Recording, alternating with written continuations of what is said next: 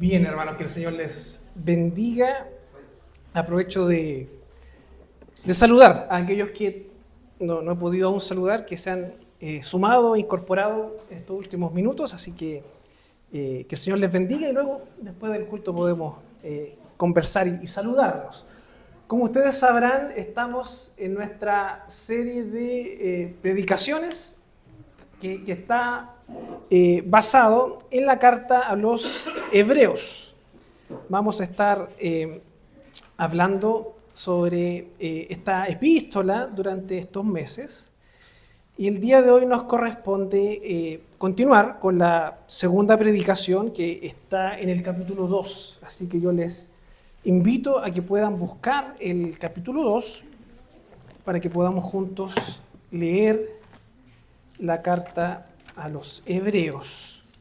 Así que les doy unos segunditos para que puedan buscarlo y vamos a continuar con lo que hablábamos la semana pasada, la predicación pasada, y vamos a concluir este punto que está desarrollando el autor de esta carta. Así que vamos a leer un texto que, hay que ser bien honesto, es un poco complejo.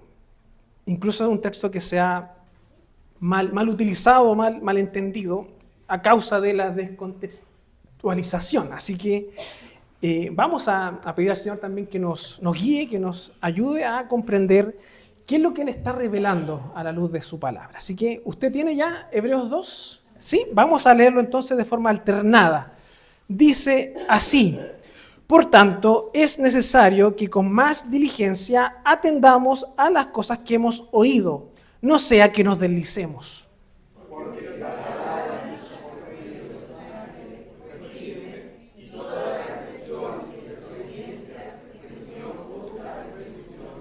¿Cómo escaparemos nosotros si descuidamos una salvación tan grande, la cual, habiendo sido anunciada primeramente por el Señor, nos fue confirmada por los que oyeron?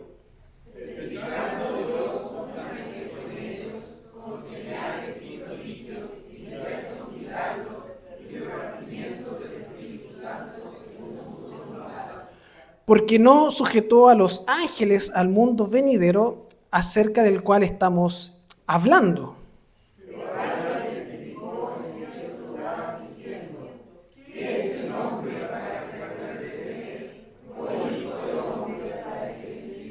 Le hiciste un poco menor que los ángeles, le coronaste de gloria y de honra, y le pusiste sobre las obras de tus manos.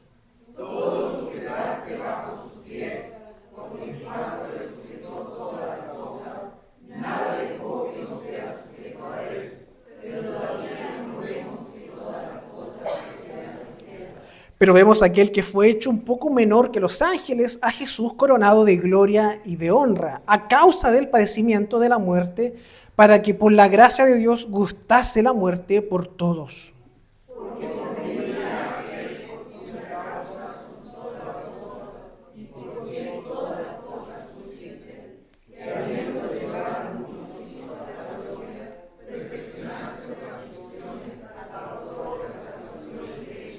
Porque el que santifica y los que son santificados de uno son todos, por lo cual no se avergüenza de llamarlos hermanos.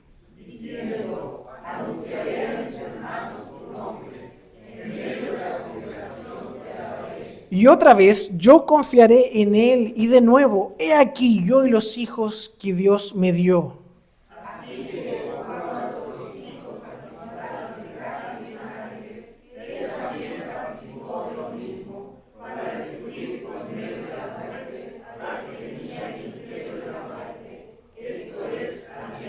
Y librar a todos los que por el temor de la muerte estaban durante toda la vida sujetos a servidumbre. Porque ciertamente no socorrió a los ángeles, sino que socorrió a la descendencia de Abraham. Por lo cual debía ser en todo semejante a sus hermanos para venir a ser misericordioso y fiel sumo sacerdote en lo que a Dios se refiere, para expiar los pecados del pueblo. Todos juntos el último versículo. Pues en cuanto él mismo padeció siendo tentado, es poderoso para socorrer a los que son tentados. Tengamos un momento de oración para pedir al Señor su bendición, su guía, y que Él, a través de su Santo Espíritu, nos anime a entender también este texto. Oremos. Señor, te damos las gracias por este mensaje que tú nos das, por tu palabra, esa palabra invariante, esa palabra que no cambia, esa palabra que se mantiene por los siglos, Señor. Y ahora, Señor, que hemos leído tu palabra, queremos y deseamos, Señor, que tú nos guíes, que a través de tu Santo Espíritu tú ilumines nuestro entendimiento para poder comprender qué es lo que tú nos estás diciendo, poder comprender qué es lo que tú quieres mostrarnos, qué es lo que tú quieres de nosotros, Señor. Te pedimos que tú nos guíes y que tu palabra pueda también seguir cambiando y transformando nuestras vidas, Señor. Te pedimos todo esto en el nombre de Jesucristo. Amén. Bien, hermanos, como ustedes sabrán, nosotros empezábamos la semana pasada esta carta que ciertamente va enfocada a un público en particular. En este caso son hebreos y judíos. Y la epístola comenzaba, y es lo que hablábamos la semana pasada, de que Dios habiendo hablado muchas veces y de muchas maneras por los profetas, en otros tiempos, por los padres, en estos posteriores días nos ha hablado por el Hijo. Y esta es la premisa que va a estar desarrollando el autor, de que Jesucristo es la revelación. Jesucristo es el mensajero, lo que hablábamos la semana pasada, de que Él era superior a los ángeles en ese sentido. El día de hoy vamos a continuar con este tema. El autor lo va a seguir relacionando con los ángeles, pero en este caso nos va a aportar otra dimensión sobre el tema de Jesús. Y vamos a hablar hoy sobre el Hijo del Hombre. Y el título de esta predicación, que no traje la lámina, es El reinado del Hijo del Hombre. Y esto está en Hebreos capítulo 2. Vamos a hablar entonces de este rey que gobierna, pero que ciertamente es hombre. Y eso es lo que va a mencionar el autor en este capítulo.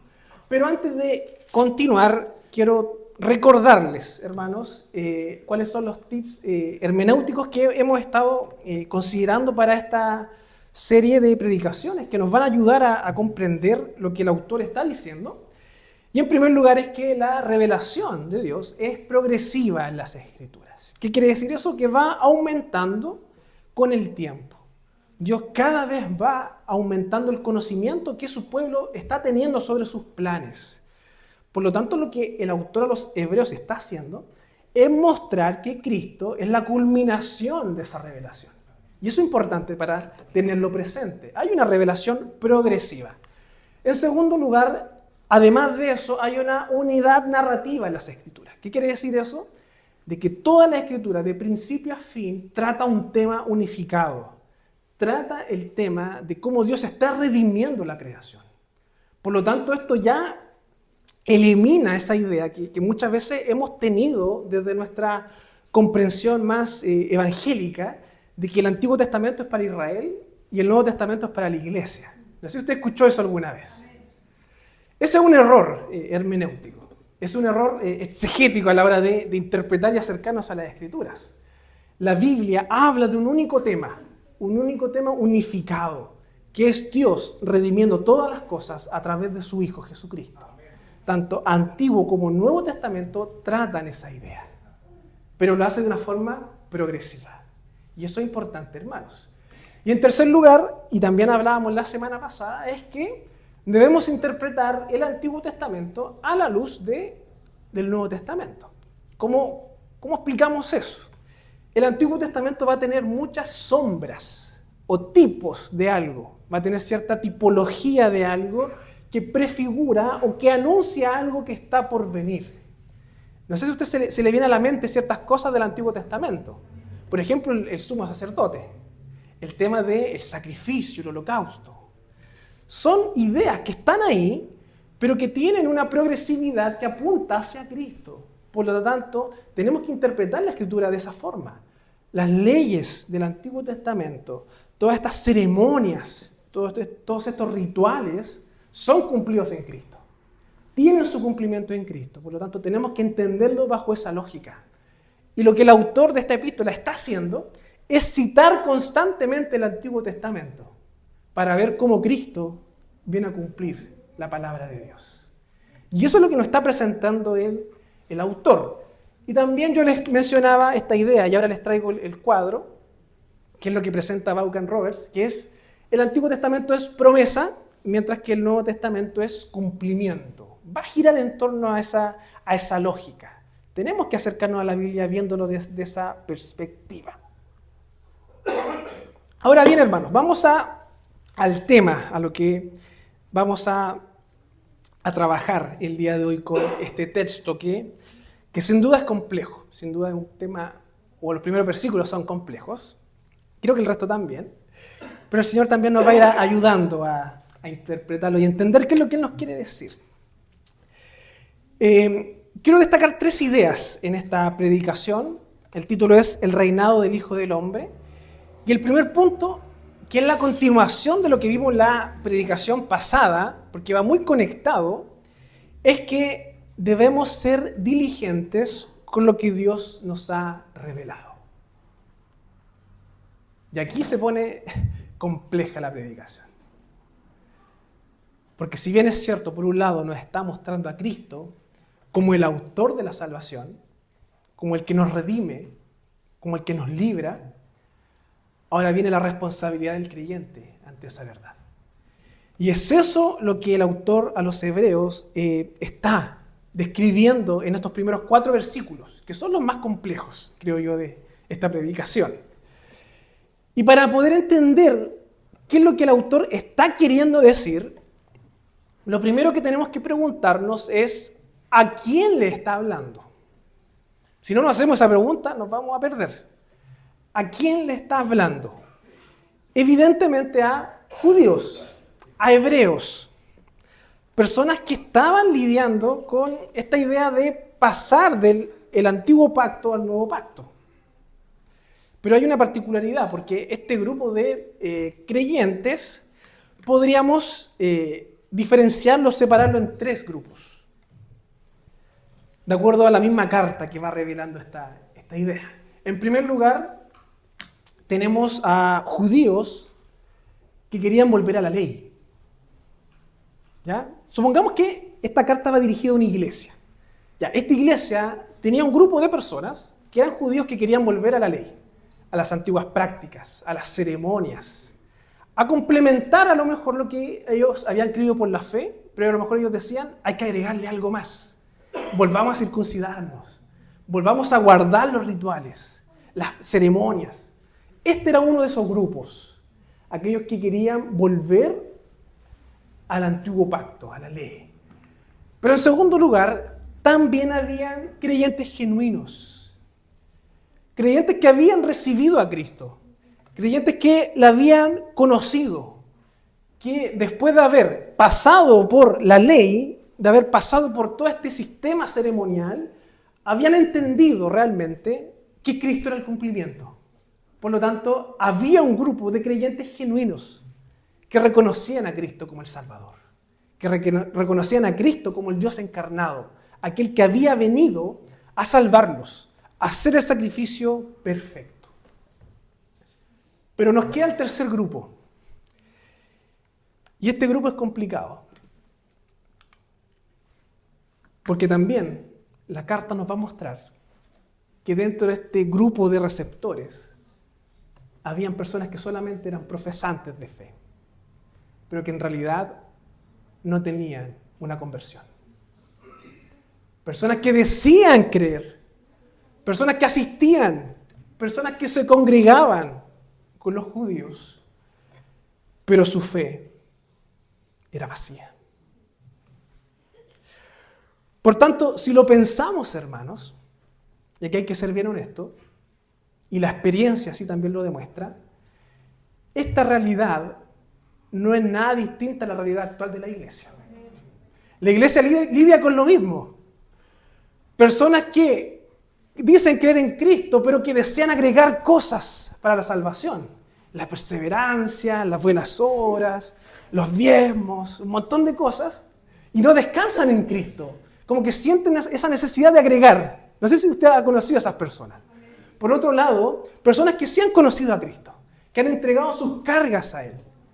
Pero también, y hay que decirlo, hermanos, en las iglesias van a haber personas que aparentan piedad, que aparentan ser creyentes, que aparentan ser parte del pueblo de Dios, pero que en realidad no lo son. Y llegado cierto momento, se apartan. Llegado cierto momento, se van. Por lo tanto, este es el grupo receptor de esta carta, y por tanto, al ser similar a la actualidad de la iglesia, los principios bíblicos que extraemos de acá son perfectamente aplicables para nuestros días. Por lo tanto, hermanos, ¿qué es lo que está haciendo el autor a los hebreos? En primer lugar, ya tenemos identificado a estos creyentes, si quisiéramos llamarlo en forma general. Hay que considerar algo, que estos tres grupos estaban siendo perseguidos. Que a causa de decir que eran cristianos, estaban siendo perseguidos. Entonces póngase en el lugar de esos judíos del primer grupo que habían estado en la iglesia cristiana y que por decir que eran cristianos lo estaban persiguiendo y podían morir. ¿Qué era mejor? Retroceder y decir que no eran cristianos. Afianzarse, aferrarse a la ley ceremonial a fin de no ser cristiano y evitar la muerte. Pero por otro lado están los creyentes genuinos, aquellos que a causa de su fe tenían que sufrir la persecución. Y por otro lado estaban estos profesantes que ciertamente y posiblemente con la persecución se iban a ir de la iglesia, ya que para ellos era mejor la vida antes que reconocer a Cristo como el Salvador. Por lo tanto, tenemos estos tres grupos en esta iglesia. Cuando el autor comienza este texto que hemos leído, el versículo 1 dice lo siguiente: por tanto, es necesario que con más diligencia atendamos a las cosas que hemos oído, no sea que nos deslicemos. Esta exhortación que está haciendo el autor va conectada con el capítulo anterior, porque hay un por tanto, ¿cierto? Es como una conclusión. Después de todo lo que te he dicho, por tanto, escucha esto. ¿Y qué fue lo que dijo anteriormente? Y esto está en el capítulo 1. Que Cristo es la revelación plena de Dios y es superior a cualquier ángel. En segundo lugar, que Cristo es el creador de todo, quien sustenta todo. En tercer lugar, que Cristo es el rey de la creación. Y en cuarto lugar, que Cristo es nuestro Salvador, nuestro purificador. Eso es lo que ha dicho. Es una predicación abierta a este público. ¿Y qué es lo que está haciendo ahora? Es necesario que ahora que ustedes han escuchado la verdad, sean diligentes. Ahora que ustedes han sido confrontados y expuestos a la verdad, respondan ante esa verdad. Y es lo que hace la iglesia día a día. Predicamos día a día acerca de Cristo. Tenemos distinto público y tenemos que confrontar. ¿Cuál es tu respuesta ante esta verdad? ¿Vas a aceptarla? ¿Vas a vivirla? ¿O vas a considerarla como algo secundario y luego te vas a deslizar, como diría el autor? Ciertamente es una confrontación a estos tres grupos de personas. Pero el punto es, ¿qué significa deslizar? Porque eso es lo que nos genera la incomodidad hermenéutica. ¿Qué quiere decir con deslizar? ¿Será resbalarse, caer, ir hacia abajo? ¿Qué nos quiere decir cuando habla de deslizar? Por lo general lo vamos a asociar a tropezar. Yo creo que eso es como lo típico. Te has caído de la gracia. Pero lo que está diciendo acá el autor, cuando ocupa esta idea de deslizar, la palabra original está asociado a un contexto más marítimo. Está asociado a un contexto marítimo. Lo que está haciendo el autor es poner en la mente de los receptores esta idea de un bote, por ejemplo, o un barco, que está siendo guiado o manejado por pescadores. Y estos pescadores lo que hacen al llegar al puerto, ¿qué es lo lógico cuando una vez se bajan? Lo amarran. O también puede ser un ancla, si es que fuese un barco más grande. Eso es lo lógico. ¿Para qué? Para que el bote o el barco no sea arrastrado. Esa idea de ser llevado o arrastrado es la misma idea que tiene el verbo original de deslizar. Es como ser llevado poco a poco por la corriente. Entonces fíjense la analogía que nos está presentando. Está comparando al cristiano con un bote, un barco. Y lo que está diciendo es que tú como bote o como barco necesitas estar anclado a algo. Necesitas estar unido a algo. Si no estás unido a ese algo, vas a deslizar. Te va a llevar la corriente. Y eso es lo que está diciendo acá. La pregunta es entonces, ¿qué es ese algo al cual son llamados los creyentes a estar aferrados? Es Cristo. Es Cristo. Es la verdad que el autor nos ha presentado en el capítulo anterior. Si no estás arraigado en Cristo, si no crees que Él es el Señor de la creación, si no estás poniendo tu fe en Cristo, si Cristo no es el Señor de tu vida, serás como ese barco que lentamente será deslizado y llevado por la corriente. Eso es lo que está confrontando. Y lo curioso es que ese deslizamiento, si lo imaginamos, es progresivo. No es que el bote se vaya inmediatamente, sino que de a poquito el mar lo va arrastrando. Y a veces eso es lo que pasa cuando personas no tienen una fe cimentada en Cristo, van poco a poco, sutilmente, deslizándose. Van poco a poco, sutilmente, cediendo ante el mundo. El Señor llama la atención y dice, por tanto, debemos ser responsables con lo que Dios nos ha dado. Debemos ser responsables con el mensaje que Dios nos ha dado, a fin de que no deslicemos, que no seamos llevados por la corriente.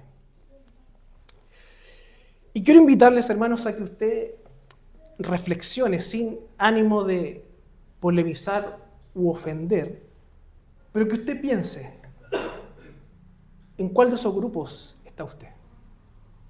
Y se lo digo con mucho respeto, pero también los predicadores somos llamados a confrontar. Somos llamados a invitarles a autoexaminarse. ¿Dónde estarían ustedes? ¿En quién están confiando? ¿Qué tipo de creyente eres? ¿Está tu bote aferrado al muelle? ¿Está aferrado con ese ancla para no moverse? ¿O eres simplemente un bote que está ahí en la orilla y que con el paso del tiempo va a ser llevado y te apartarás de la fe? Dios nos llama a hacer ese análisis.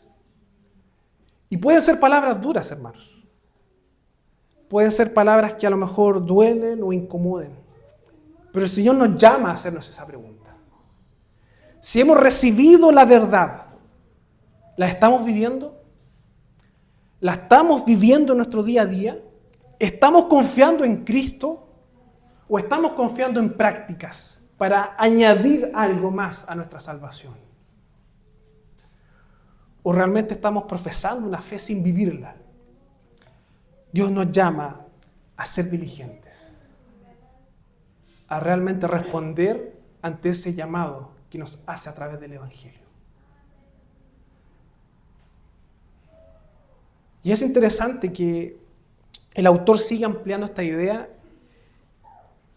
y pone esta idea de la creencia en Cristo o la fe en Cristo como algo muy importante y lo compara con las transgresiones del pasado.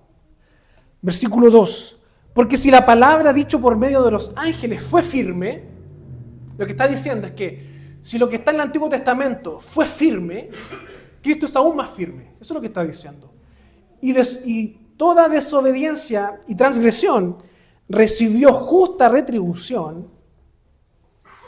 Y esto lo está llevando al Antiguo Testamento. A todas esas veces en que el pueblo desobedeció. En donde a través de la idolatría o el pecado sufrieron las consecuencias de no ser fieles a Dios y de no responder al llamado. ¿Cómo escaparemos nosotros si descuidamos una salvación tan grande?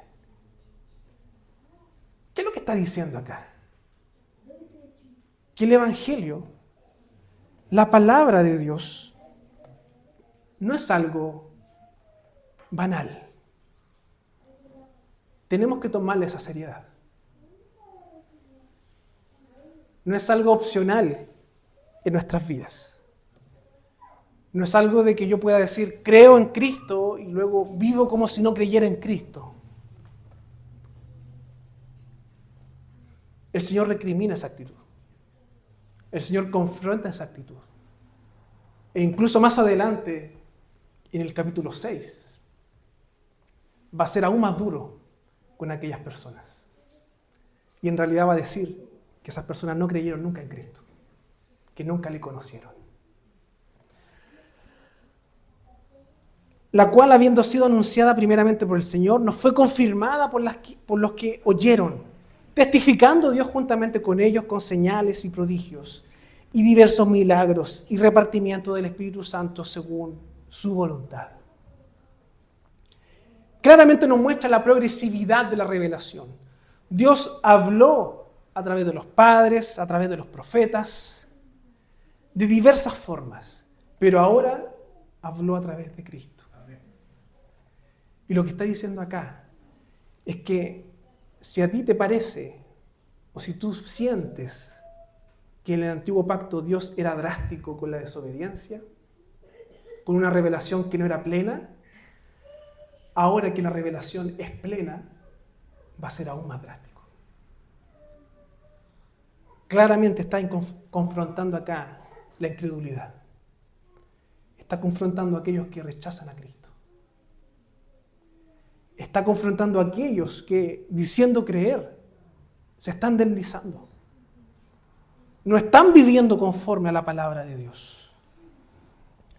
Y nos muestra que este mensaje fue anunciado por Jesucristo, anunciado por sus discípulos, y que los hebreos habían escuchado también esta revelación. Y que además fue confirmada por prodigios y milagros. Hermanos, esta es la parte más dura de la predicación. Pero sin duda, usted no puede vivir una religión si no tiene a Cristo. No todos los caminos llevan al Padre. Y es importante decirlo. No todos los caminos llevan al Padre. Y es tiempo de que confrontemos cualquier falsa enseñanza que te haga creer que sin Cristo tienes esperanza. Esa enseñanza debe ser desechada. Debemos confrontar cualquier falso evangelio que no te presente a Cristo. Porque si Dios fue drástico cuando la revelación aún no era plena, también lo será con todos aquellos que tergiversan su palabra y que no presentan a Cristo como el Salvador y suficiente intermediario. En segundo punto, hermanos, Jesucristo es el verdadero Hijo del Hombre. Versículo del 5 al 9. Y esto lo va a conectar nuevamente con lo que veíamos en la predicación pasada, porque no sujetó a los ángeles el mundo venidero acerca del cual estamos hablando. Pero alguien testificó en cierto lugar diciendo, ¿qué es el hombre para que te acuerdes de él? ¿O el Hijo del Hombre para que le visites? Yo creo que más de algunos se está acordando de qué está hablando acá.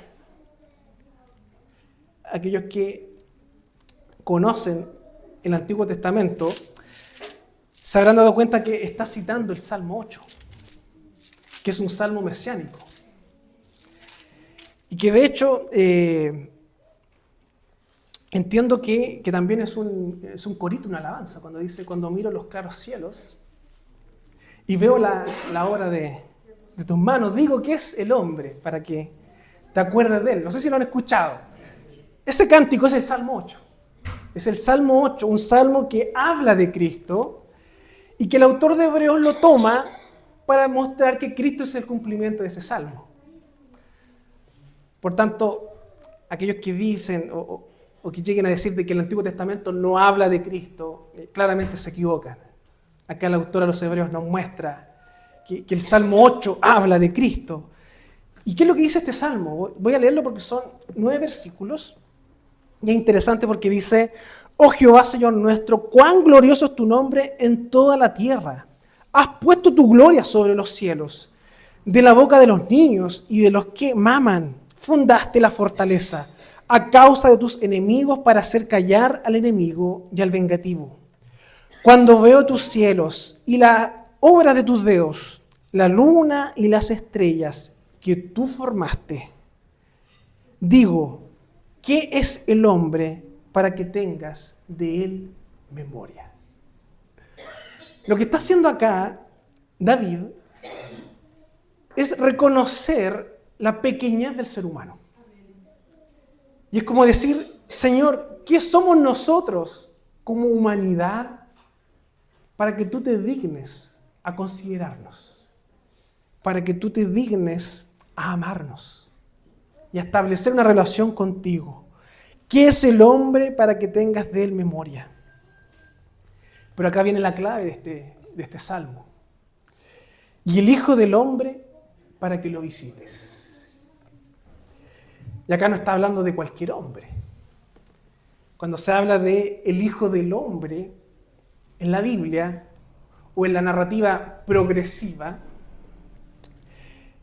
está haciendo referencia a Adán, en primer lugar.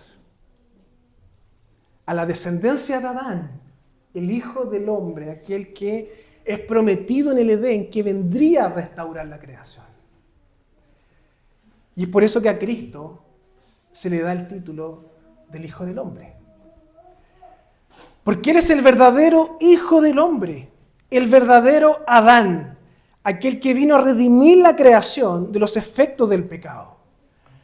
Cristo en su muerte y en su resurrección ha inaugurado una nueva etapa en la historia de la redención. Él venció la muerte y con su resurrección, su reino se ha establecido de forma tangible en la tierra.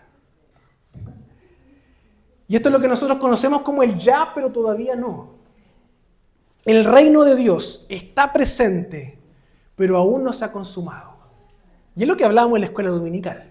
Ya, si usted no estuvo, vea el video para que entienda lo que estamos hablando. Pero estamos en el reino de Dios. Está presente, pero aún no se ha consumado. Estamos esperando la manifestación de ese reino. Y va a llegar un momento en donde Jesucristo retorne en gloria y majestad. Y todo el reino va a evidenciar que Él es el Rey soberano. Y es lo que dice el versículo 8 de Hebreos. Todo lo sujetaste a sus pies. Está hablando del reino de Cristo. Todo lo sujetaste bajo sus pies. Porque en cuanto le sujetó todas las cosas, nada dejó que no sea sujeto a Él. Hermanos, todo fue sujeto a Cristo. Amén. Incluso el enemigo. Amén. Incluso los poderes demoníacos. El enemigo también está sometido al Rey victorioso. Amén. Pero vemos a aquel que fue hecho un poco menor que los ángeles, a Jesús, coronado de gloria y de honra a causa del padecimiento de la muerte, para que por la gracia de Dios gustase la muerte por todos. Y aquí nuevamente entramos a un problema hermenéutico. ¿Qué quiere decir que sea menor que los ángeles? Que fue hecho un poco menor que los ángeles. ¿A qué está haciendo referencia? Y tenemos que considerar el Salmo 8, que habla del Hijo del Hombre, que habla del verdadero Dios encarnado que vendría a la tierra para asumir la responsabilidad de Adán. Por lo tanto, cuando habla de que es hecho un poco menor que los ángeles, a lo que está apuntando es al estado de humillación de Cristo. Que Él, dejando su gloria, dejando su estado de perfección, vino a la tierra, se humilló, murió, se llevó las burlas de los que estaban ahí, sufrió el escarnio y el dolor, nos representó en la cruz, sufrió la humillación que el Hijo del Hombre debió haber sufrido. Por tanto, cuando el autor de Hebreos toma el Salmo 8 y lo aplica a Cristo, lo que está resaltando es el Hijo del Hombre, el nuevo Adán. Ese Dios que deja esa gloria para estar con la humanidad y morir por ellos. Ese es el Hijo del Hombre. Y ciertamente esta misma idea es lo que anunciaba Isaías en el Antiguo Testamento, Isaías 53, el siervo sufriente. Versículos 7 al 12, ¿qué dice? De Cristo. Angustiado él y afligido, no abrió su boca, como cordero que fue llevado al matadero. Y como oveja delante de sus trasquiladores, enmudeció y no abrió su boca. Está hablando de la humillación de Cristo. Por cárcel y por juicio fue quitado. Y su generación, ¿quién la contará? Porque fue cortado de la tierra de los vivientes y por la rebelión de mi pueblo fue herido. Y se dispuso con los impíos su sepultura, mas con los ricos fue en su muerte, aunque nunca hizo maldad, ni hubo engaño en su boca. El justo muriendo por los injustos. Con todo esto Jehová quiso quebrantarlo, sujetándole a padecimiento. Cuando haya puesto su vida en expiación por el pecado, verá linaje, vivirá por largos días, y la voluntad de Jehová será en su mano prosperada. Verá el fruto de la aflicción de su alma y quedará satisfecho. Por su conocimiento justificará a mi siervo justo a muchos y llevará las iniquidades de ellos. Por tanto, yo le daré parte con los grandes. La exaltación de Cristo. Este Hijo humillado que se encarna, que deja su gloria, es obediente, el Padre lo exalta a lo sumo. Eso es lo que está diciendo acá Isaías. Yo daré parte con los grandes y con los fuertes repartirá despojos, por cuanto derramó su vida hasta la muerte y fue contado con los pecadores, habiendo él llevado el pecado de muchos, llorado por los transgresores. Ese es Cristo. ¿Qué es lo que le está diciendo el autor de esta epístola? Todo se trata de Cristo. Siempre fue Cristo. Si no lo viste, es el momento en que lo veas. Todo se trata de Cristo. Cristo murió por ti. Cristo dejó su gloria, se humilló, se hizo hombre, vivió como tú, sufrió lo que debiste haber sufrido tú. Resucitó, venció la muerte y fue exaltado. Y ahora está gobernando. Y el Padre le ha dado todos los reinos. Y está esperando ese momento de consumación final. Ese es Cristo, hermanos. Por tanto, no es un tema menor. Rechazar todo lo que ya se ha expuesto es rechazar al Dios creador. Es rechazar al Dios que está gobernando. Al Hijo encarnado que es soberano sobre todas las cosas. Y en tercer lugar, hermanos, para ir cerrando, Cristo es el primogénito del pueblo redimido. Y eso es lo que vemos en los versículos del 10 al 18. ¿Qué es lo que dice? Porque convenía aquel por cuya causa son todas las cosas, y por quien todas las cosas subsisten, que habiendo de llevar muchos hijos a la gloria, perfeccionase por aflicciones al autor de la salvación de ellos. Está hablando de Cristo. Cristo para salvarte, Cristo para redimirte, tuvo que pasar aflicciones. Así lo dictaminó el Padre. Porque el que santifica y los que son santificados, de uno son todos. ¿Qué es lo que está diciendo? Si usted tiene fe en Cristo, usted es santificado. Si usted tiene fe en Cristo, usted con Cristo es uno. Usted está anclado. Usted está amarrado al muelle. ¿Se acuerdan de lo que hablamos al inicio? Si usted tiene su fe en Cristo, usted es uno con Él. Está unido a Cristo. De uno son todos, por lo cual no se avergüenza de llamarlos hermanos. Si usted tiene su fe en Cristo, si usted está amarrado a este puerto, usted es mi hermano. Ustedes son hermanos. Y a eso nos invita el día de hoy. Si realmente no has puesto tu fe en Cristo, hoy es un buen momento para dejar todas tu confianza en cosas humanas y puedas rendirte a Cristo. Ser separado, ser santificado y estar unido a Él. Y así no deslizar.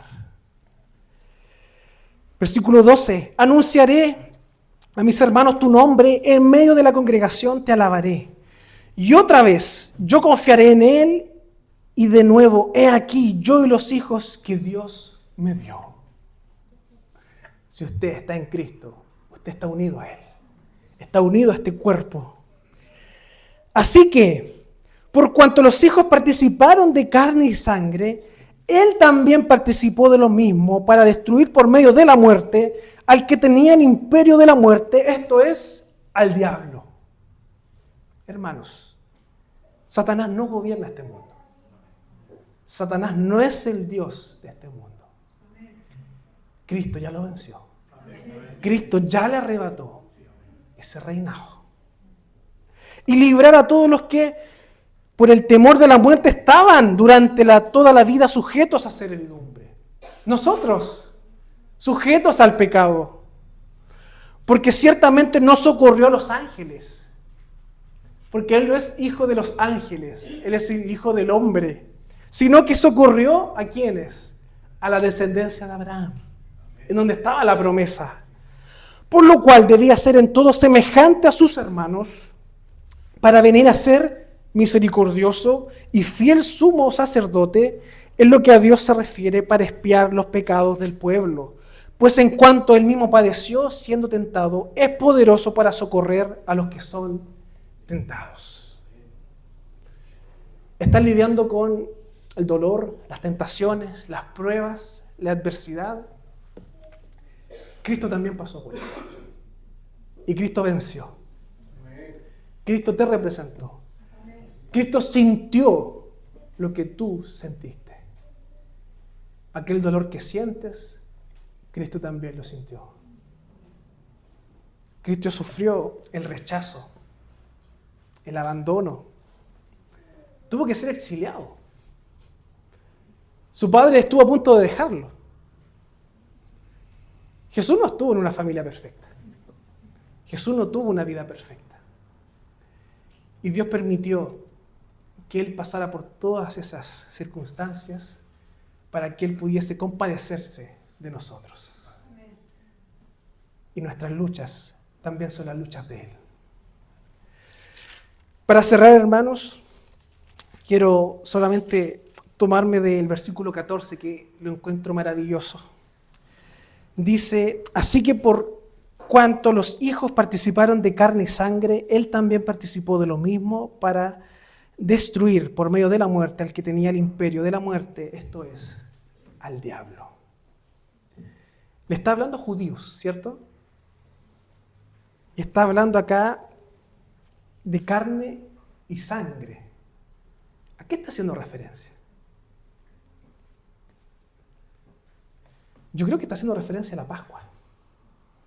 A ese cuerpo que es molido y a la sangre. Y es interesante porque cuando Jesús está con sus discípulos, Él dice lo siguiente en Mateo 26, 26. Y mientras comían, tomó Jesús el pan y bendijo y lo partió y dio a sus discípulos y dijo, tomad, comed, este es mi cuerpo. Y tomando la copa y habiendo dado gracias, les dio diciendo, bebed de ella todos, porque esto es mi sangre del nuevo pacto, que por muchos es derramada para remisión de los pecados. Jesús, en la última cena, lo que está haciendo es interpretar la Pascua a la luz de la revelación del Nuevo Pacto. Interpretar el Antiguo Testamento a la luz del Nuevo Testamento. Y Jesús les dice, miren, este pan. Lo que le está haciendo pensar a los judíos es recordar esos panes de la Pascua que tenían ciertas características, ¿cierto? Que eran consumidos con hierbas amargas. Eso es lo que ellos pensaban. Los discípulos de Jesús estaban esperando eso. Comer pan con hierbas amargas. Y las hierbas amargas lo que simbolizaban era el dolor de la liberación de Egipto. Ellos iban a recordar en ese acto nuevamente el dolor de la liberación de Egipto. ¿Y qué es lo que le dice Jesús? Ahora ese pan es mi cuerpo. Ya no son ustedes los que van a comer esas hierbas amargas. Soy yo. Este es mi cuerpo que por ustedes es partido. Esta es mi sangre que por ustedes es derramada. Beban de ella, porque es la sangre del nuevo pacto. Jesús está cumpliendo el propósito de la Pascua, que es anunciar ese sacrificio perfecto.